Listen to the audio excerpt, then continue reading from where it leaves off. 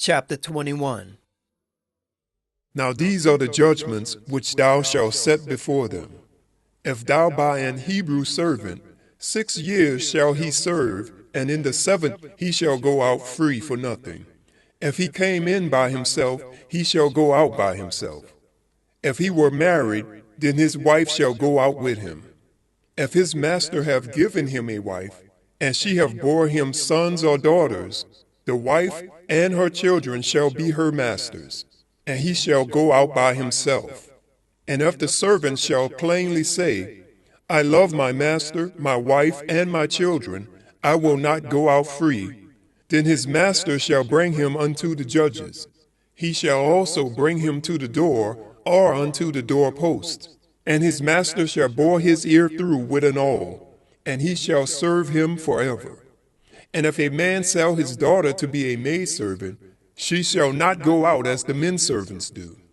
If she please not her master, who had betrothed her to himself, then he shall let her be redeemed. To sell her unto a strange nation he shall have no power, seeing he had dealt deceitfully with her. And if he have betrothed her unto his son, he shall deal with her after the manner of daughters. If he take him another wife, her food, her raiment, and her duty of marriage shall he not diminish.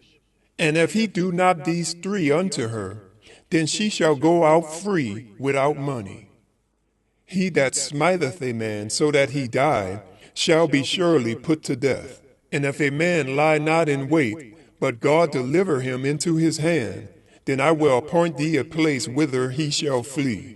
But if a man come presumptuously upon his neighbor to slay him with guile, thou shalt take him from mine altar, that he may die. And he that smiteth his father or his mother shall be surely put to death. And he that stealeth a man and selleth him, or if he be found in his hand, he shall surely be put to death. And he that curses his father or his mother shall surely be put to death. And if men strive together, and one smite another with a stone, or with his fist, and he die not, but keepeth his bed, if he rise again and walk abroad upon his staff, then shall he that smote him be quit.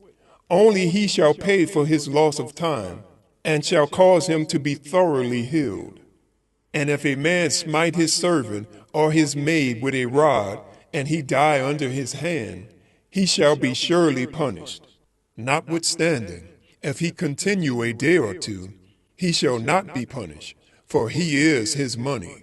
If men strive and hurt a woman with child, so that her fruit depart from her, and yet no mischief follow, he shall be surely punished, according as the woman's husband will lay upon him, and he shall pay as the judges determine. And if any mischief follow, then thou shalt give life for life, eye for eye, tooth for tooth, hand for hand, foot for foot, burning for burning, wound for wound, stripe for stripe. And if a man smite the eye of his servant, or the eye of his maid, that it perish, he shall let him go free for his eye's sake.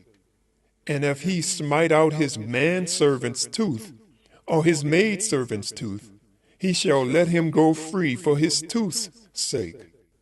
If an ox gore a man or a woman that they die, then the ox shall be surely stoned, and his flesh shall not be eaten, but the owner of the ox shall be quit.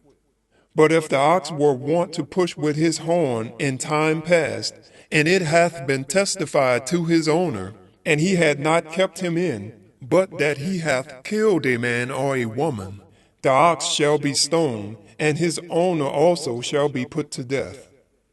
If there be laid on him a sum of money, then he shall give for the ransom of his life whatsoever is laid upon him. Whether he have gored a son or have gored a daughter, according to this judgment shall it be done unto him.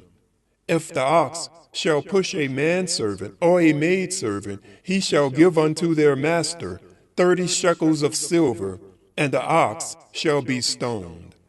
And if a man shall open a pit, or if a man shall dig a pit and not cover it, and an ox or an ass fall therein, the owner of the pit shall make it good and give money unto the owner of them, and the dead beast shall be his. And if one man's ox hurt another's, that he die, then they shall sell the live ox and divide the money of it, and the dead ox also they shall divide. Or, if it be known that the ox hath used to push in time past, and his owner hath not kept him in, he shall surely pay ox for ox, and the dead shall be his own.